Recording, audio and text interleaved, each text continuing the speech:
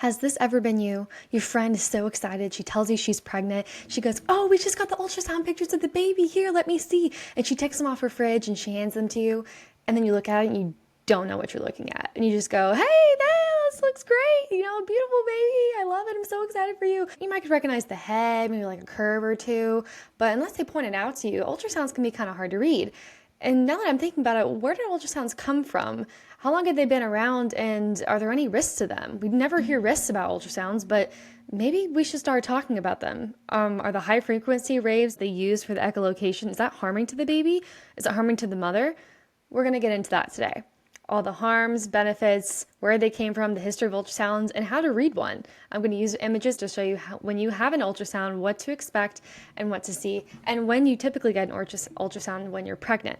If you're new, I'm Grace and I host a weekly health and wellness hot topics podcast every week on Spotify and on YouTube. I educate the general public on everything, just big food, big pharma, big health.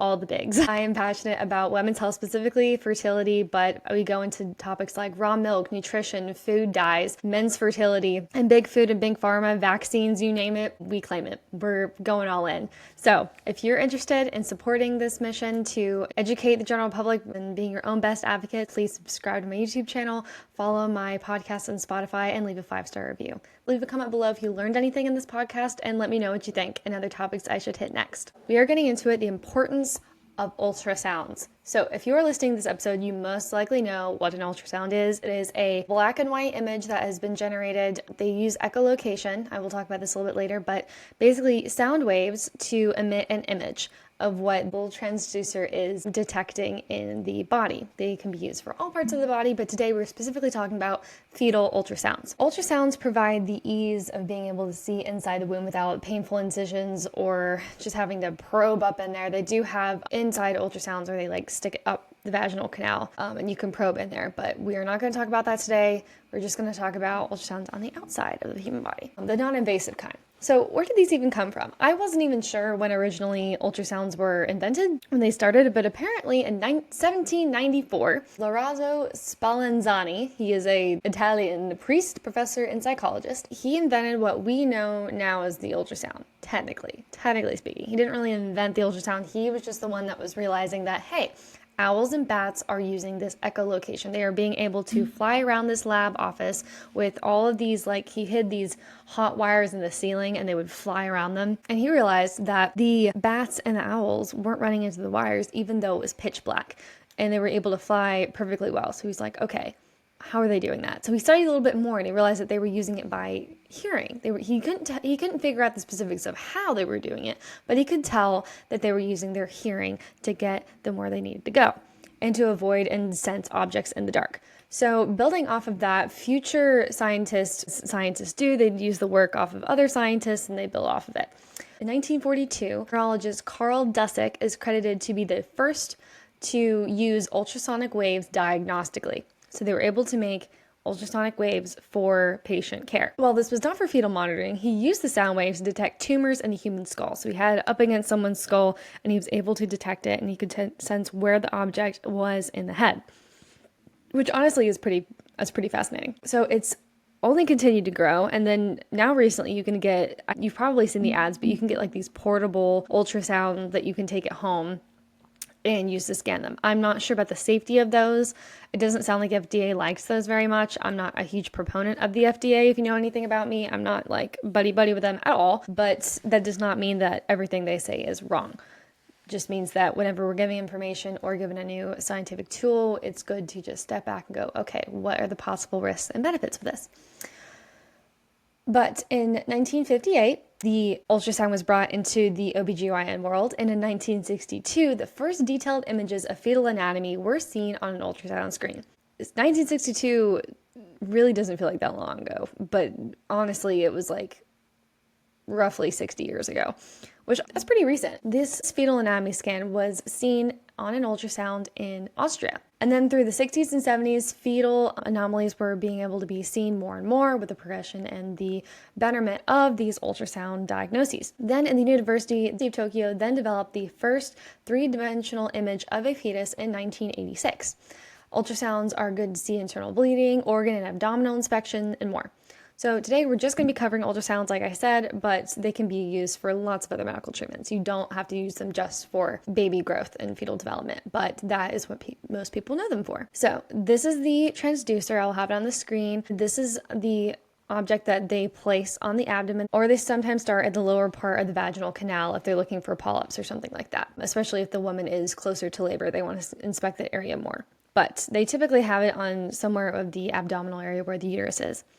These sound waves then pulsate through. Instead of waves, they kind of do impulses of the sound waves, and they emit back a picture, and this image shows like a black and white frequency of what is being seen through the sound waves. So the sound waves are picking up where the object shapes are, which is how you get the shape of the image on the ultrasound picture in the first place. Now, I didn't really know that there were concerns that you could have with this, but as I was doing my research, I have heard that ultrasounds are not completely 100% safe, which is very interesting because most of my life I heard the opposite, that they're 100% safe, they're 100% painless. I know that ultrasounds don't have radiation, so I've always liked ultrasounds for that, but there are a couple concerns. I'm going to go over 3 of them that were the most alarming to me. And this is not to create fear-mongering, this is not to create anxiety, I just want you to be able to have all the facts. I am not against ultrasounds, I love them, I think they're amazing, I think it is one of the greatest inventions that we have been able to create. But with every great invention and every great scientific discovery, there is always something that you can do to better it. Concerns over the high frequency waves rise some concerns. So the FDA did a test in 2014, just a safety test on ultrasounds, and they noted that sometimes the way the waves were pulsating, they created those pulsating waves to be better than one massive beat of a wave because it could be damaging to the tissue being examined. So they have slowed down the waves of the way the sound is emitting from the ultrasound. So instead of coming in pulses, one massive beat of wave could be damaging to the tissue being examined. They've changed that.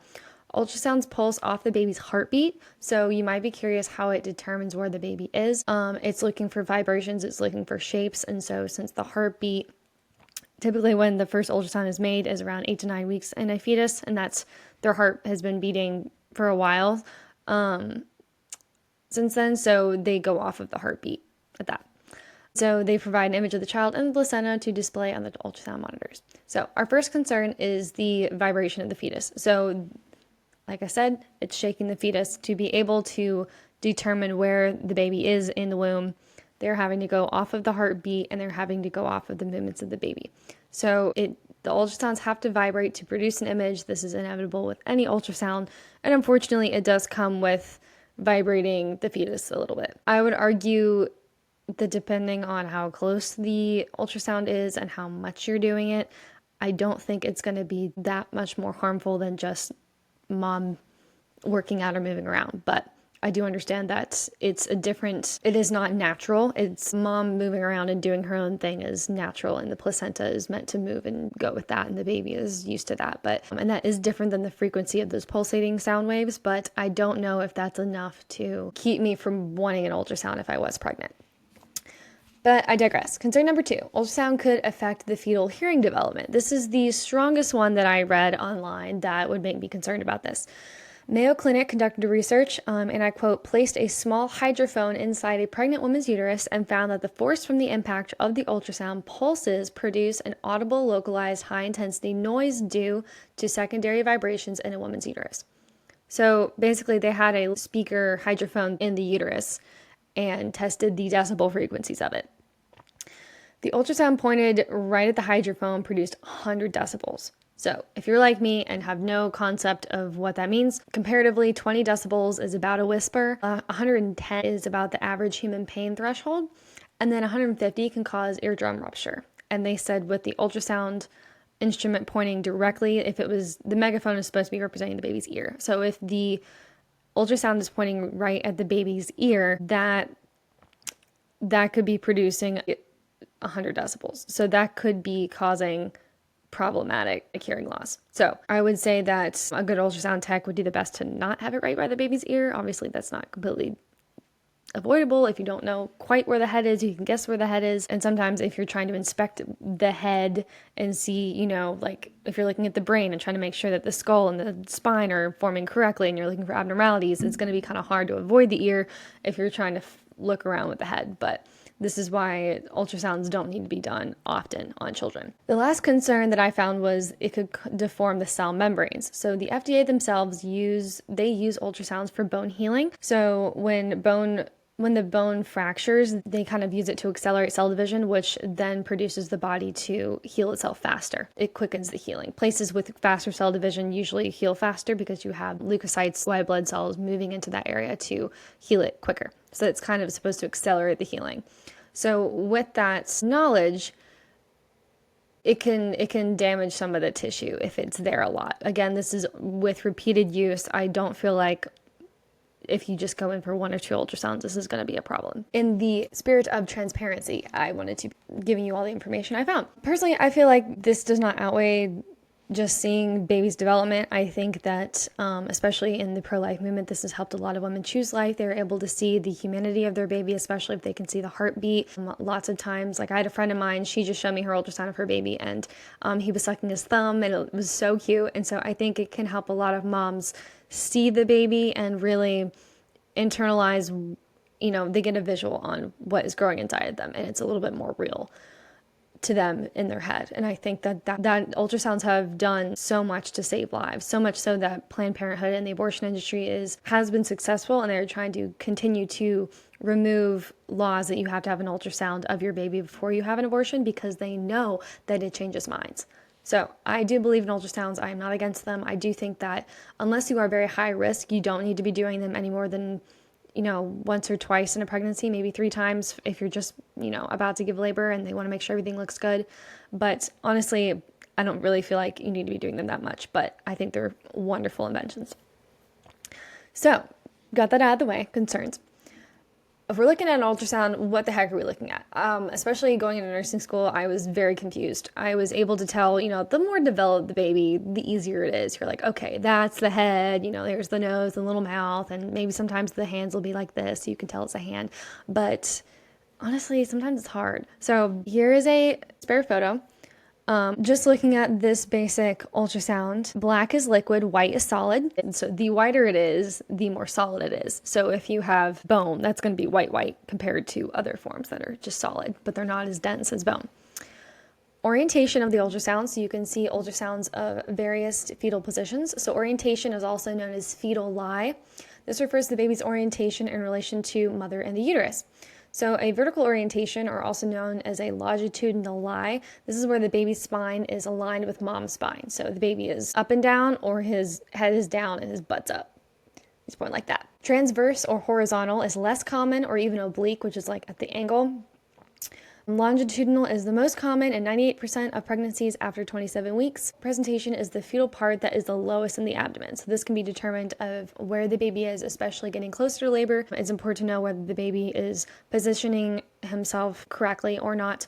So it's important to know, if the baby's buttocks or the shoulder is more in line with the vaginal canal, if his head is perfectly aligned and he's ready to go, what he's looking like. So common terms you will find in this industry. Breech, this is a very common one.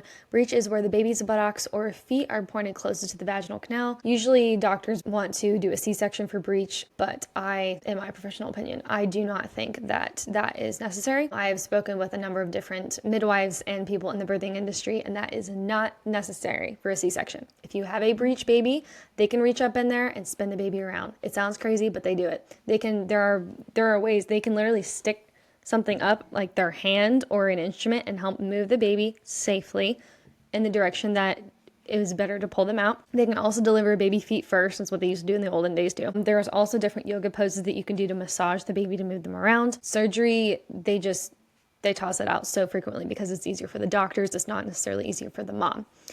That being said, I was born C-section.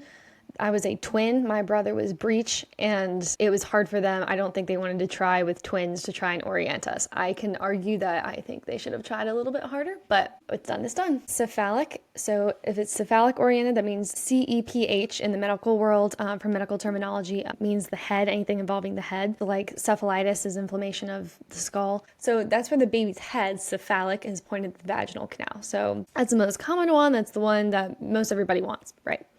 Shoulder is the lowest, and then compound is combination of more than one body part. So if you have like an arm and a leg, or if you have a shoulder and a head, and so he's kind of angled a little bit funny. All right, so let's get into the fun part. We're gonna look at pictures, and if you're listening to this audio on Spotify, or if you're looking at the video on Spotify, I encourage you to go to my YouTube channel, Grace and Steph Health and Hot Topics YouTube channel, because I will be showing pictures of these babies, and I know you want to see these babies. They're so cute. I love this. So these are all courtesy of healthgrades.com and the Mayo Clinic. The very first one is from Healthgrades, just because Mayo Clinic didn't have one at 8 weeks. But I want to start with 8 weeks because that is when most women, 8 to 9 weeks is when most women, when they find out they're pregnant, when they're going to get their ultrasound checkup. So this is what you can expect to see. This is typically the heart is beating. The beating starts around for the heart around week 3, but it can be seen, this can be seen, of course, around week 8 or 9 as well. Most people just you don't get to hear the heart until 8 or 9 weeks. Sometimes it's too faint that the ultrasound can't pick it up either, so they don't want to test it too early and have the mom freak out because she can't hear a heartbeat. But that is a good indicator of, heart health, obviously if the heart is beating, but heart can be seen as well as fingers and toes, which start out webbed but eventually grow and separate.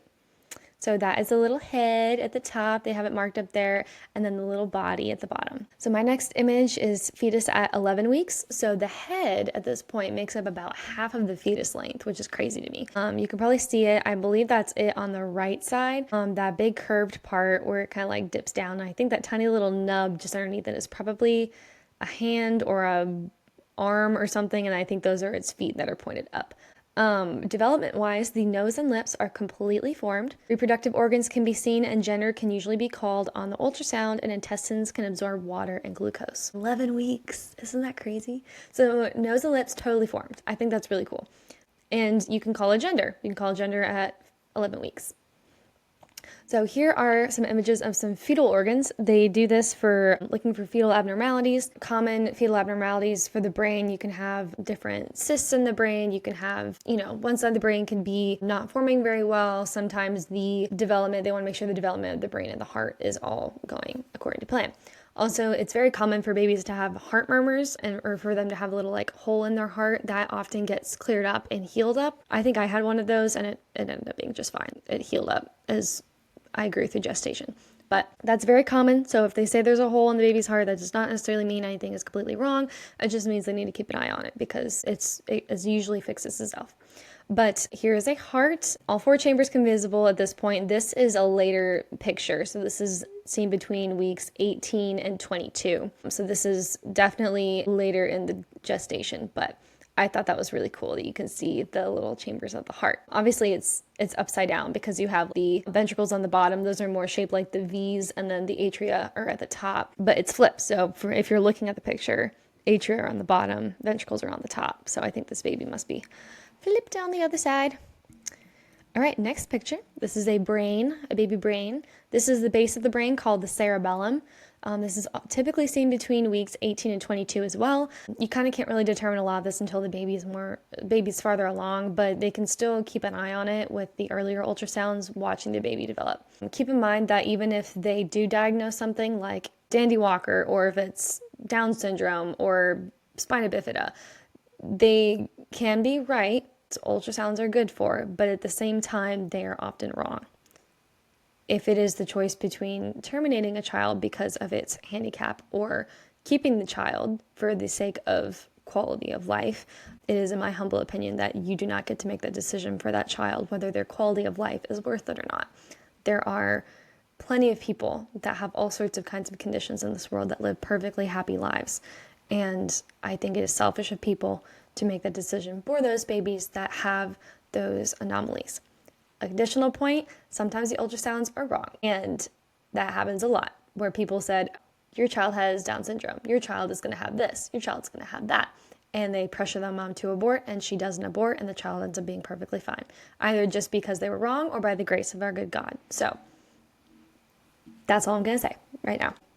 This is the cerebellum. This is important for muscle coordination, balance. The shape of it can predict whether or not there is an abnormality with baby's developing stages. They can kind of predict, like, okay, if this is developing well, they should be fine. They should have no problems with speech. If it's developing very poorly, or if it's not developing at all, then they can say, okay, this person might have some speech issues growing up. But again, that's never 100% accurate. Always pray. You never know. You just never know. The neural tube starts forming the first few weeks of gestation, but forms the brain at the top, and the rest goes into the spinal cord. The primary concern they look for with the neural cord is spina bifida. Here's another picture of the head. Going back to identifying shapes on an ultrasound, the thicker white line, that top left arrow that's pointing at that round circumferential line, the thicker white lines are the skull outline, because remember, the whiteness indicates how thick it is. And then the line in the middle that the arrow is pointing to, that midline white line separates the baby's brain into left and right hemispheres, which I think is super cool.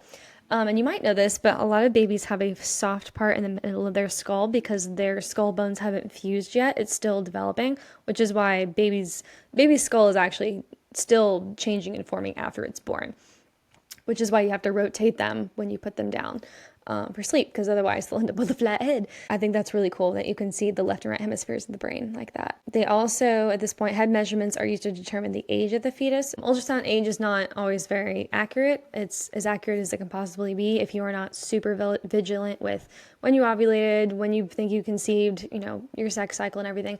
I personally am so rigid with putting all my data into those cycle apps and tracking when I'm ovulating and when I'm on my period and everything, that I feel like I'd be able to pinpoint the day. But some people don't, and some people have no idea. We're now showing a picture of hands. That little arrow is pointing to the little open hands, little digits. Open hands and fingers signal good development for the hands and the brain. Obviously, we have lost the webbing as the baby develops. But yeah, that's a little hand, and that's pretty clear. This next one, this could be very hard to determine if you don't have a label on this, because I feel like this one was kind of hard. This arrow is pointing at an eye lens. So this is an eye. This is about 23 weeks pregnancy. Rapid eye movements start to flutter, and eyelids open at 28 weeks, which is just phenomenal. But this is a little eye socket right here, and this little eyelid, that's where the arrow is pointing. This is a neck. I know you're probably looking at this like, I don't know what I'm looking at. So this is a cross section of the cervical spine. So cervical area of the spine is around the area of your neck. So like just around your clavicle area, like right on the base of your neck. It protects the spinal cord and the skull.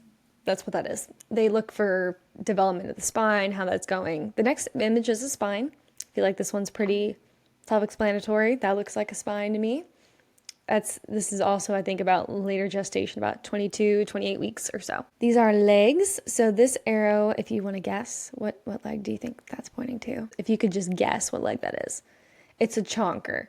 So that is the femur. That is the strongest bone and thickest bone you have in your body. That is your big thigh bone. So that is a baby's femur right there. Next picture, we have a lower leg angle. So on the right, this is two pictures, two ultrasounds. On the right ultrasound, it obviously has some more arrows.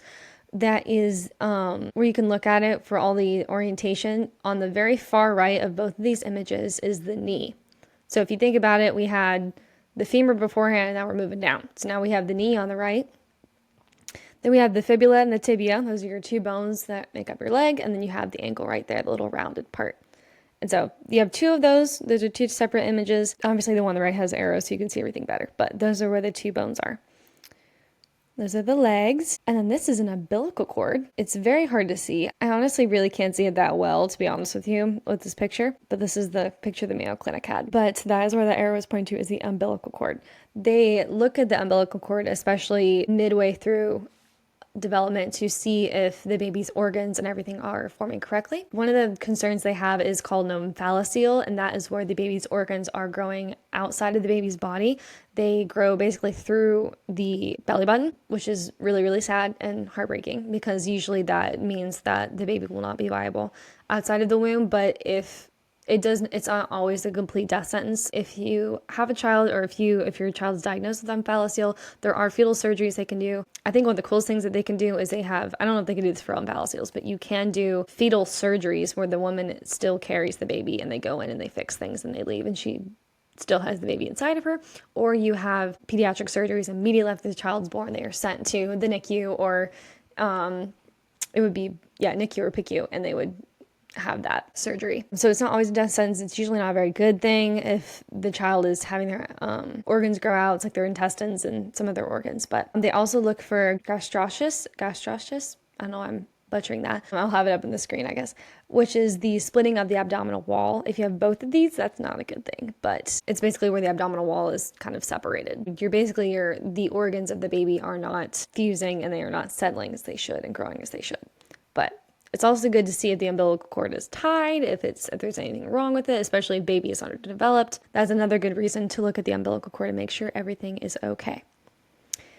Now, our last image is a 3D image. I have absolutely loved these. These are not scientifically described, like you have to have a 3D image of your baby, but I get so excited when people send pictures of their babies because these usually you can tell their facial features so much easier. Some people can go, he has his dad's nose or, his mom's smile. And so it can be easier to see the face shape of the baby. So you can determine earlier possible facial defect problems or neural tube issues.